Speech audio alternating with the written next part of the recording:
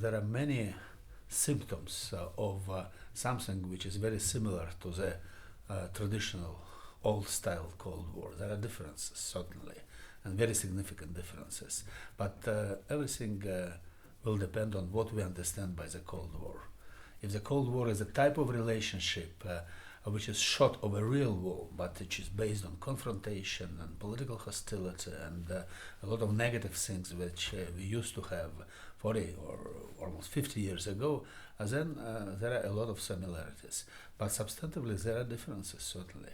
We are different. The world has changed considerably, which does not make me happier because of this aggravation of tension which we have right now. Well, I think it's important first to prevent things from degrading further, and secondly to find some ways of ensuring positive developments. And here we can use the experience of the past.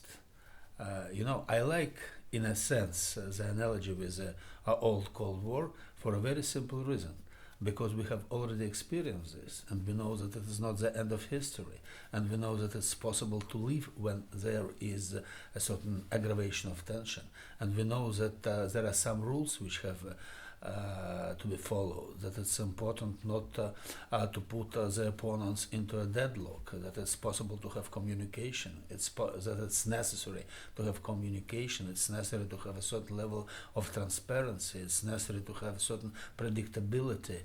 It's important to develop some kind of a positive interaction, and we all know this from the experience of the old Cold War. I think it's important just to mobilize this experience, not to forget that there was this positive experience, how to get out of the situations which could otherwise could bring about negative consequences.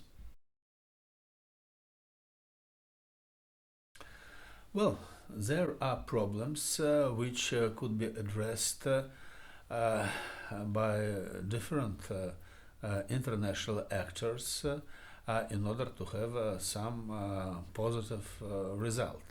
Well, for instance, we have a big problem related to Ukraine. I'm not discussing here who is responsible, why this happened, and what are the sources of this tragic development, but it's clear that it's absolutely important to find some ways of diminishing the explosive character of this problem, and those who are involved have to do this.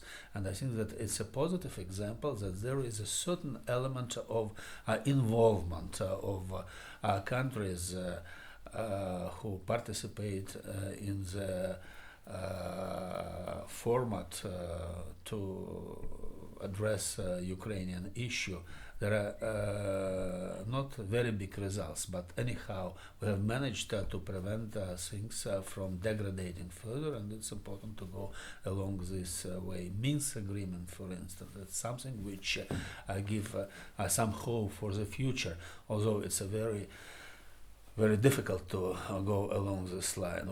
We could have other examples also. There are some problems which international actors have to combine their efforts. Well, the example is Syria, for instance, the development in the Middle East, or the question related to migration. There's no new big issue which is important for Europe. It's important to find ways of involving all those who would be interested in having a positive outcome to do something in order to ensure this positive developments. Actually, the experience of the past, this teaches one very important thing. A joint project, doing something together, this is what is the best way for overcoming this negative development, negative relationship, and that's what we have to focus upon right now.